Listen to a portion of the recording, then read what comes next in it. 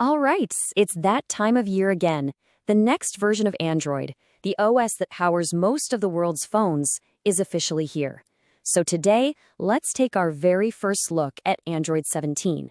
Yep, the first beta has dropped, which means we get our first real taste of what Google's been cooking up in their kitchen. And of course, they're sticking with that sweet internal tradition. This year's dessert code name?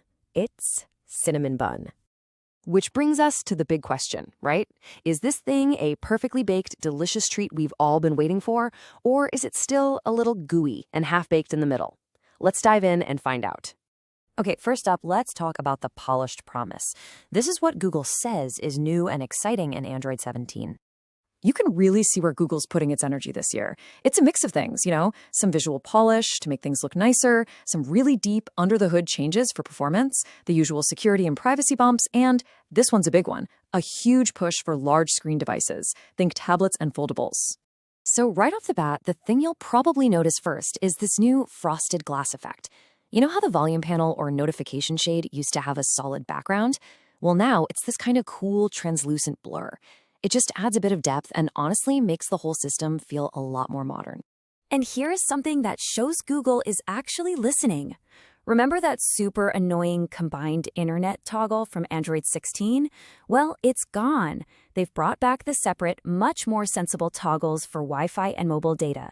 It's a small thing, I know, but for so many people, this is a huge win.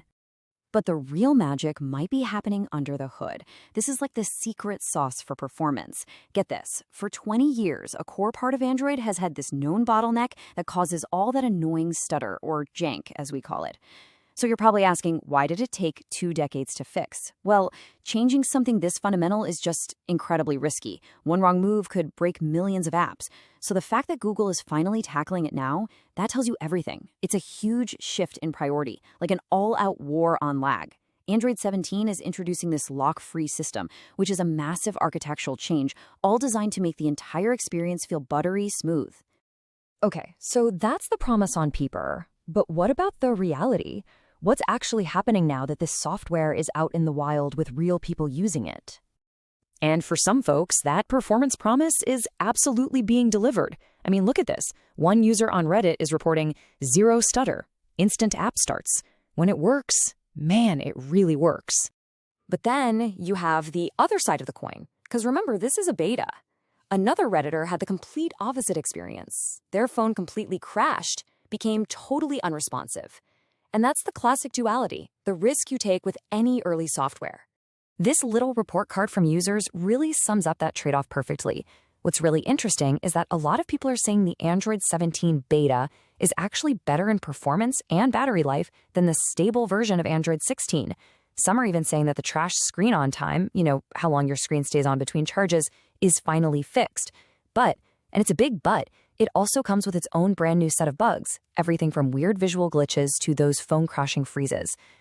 So this whole mix of good and bad really points to a bigger strategy at play here. Let's zoom out for a second and try to understand why Google is making these changes, especially the ones that seem a little disruptive, and what it all means for the future of Android. And probably the biggest strategic move is this one. Why is Google suddenly forcing all apps to be resizable on big screens? They've literally removed the option for developers to say, no, my app doesn't do that. What's up with that? Well, the grand plan starts to make a lot more sense when you break it down. See, this isn't just about making today's tablets a little better. Step 1 is just to get a unified, consistent experience on all large screens. Step 2 is to make multitasking and using apps in Windows way better. And the final goal, step 3, is to lay the foundation for a true desktop mode. The dream of plugging your phone in and getting a full computer-like experience. So that brings us to the big verdict. Knowing all of this, should you jump on the beta right now, or is it better to just wait for the final stable release? The trade-off is pretty clear-cut, right? If you're an enthusiast, someone who just loves to have the latest and greatest and wants those performance gains and a peek into the future, yeah, the beta is super tempting. But for pretty much everyone else, anyone who depends on their phone to just work every day, the risk of crashes and bugs probably means it's much, much wiser to wait. When you boil it all down, Android 17 is really all about 3 things: polish, performance, and adaptability. And that leaves us with one final big question to chew on. Is this the update?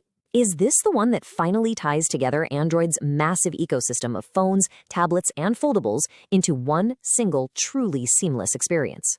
We'll have to wait and see.